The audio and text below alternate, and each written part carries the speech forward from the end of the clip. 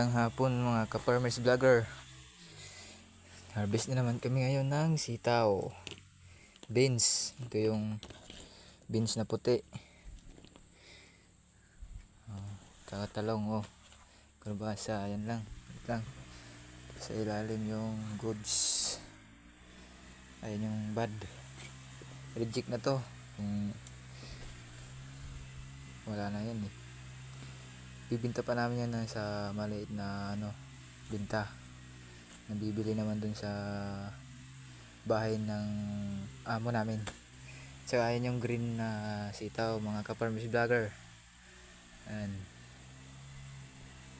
Tsaka siling haba. Hindi pa ito tapos. Andun pa sila, nag-harvest pa doon. Ayan. Dito mga ka-farmers vlogger. Ayan sila yung nag-harvest. Sila Tutoy Bato. Tsaka si Dragon Bulls. Yung save namin doon yun. Ayan.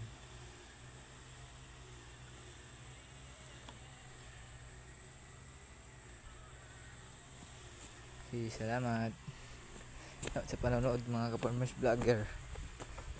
Thank you for your watching. Sana mag-subscribe tayo. Ito, maangat.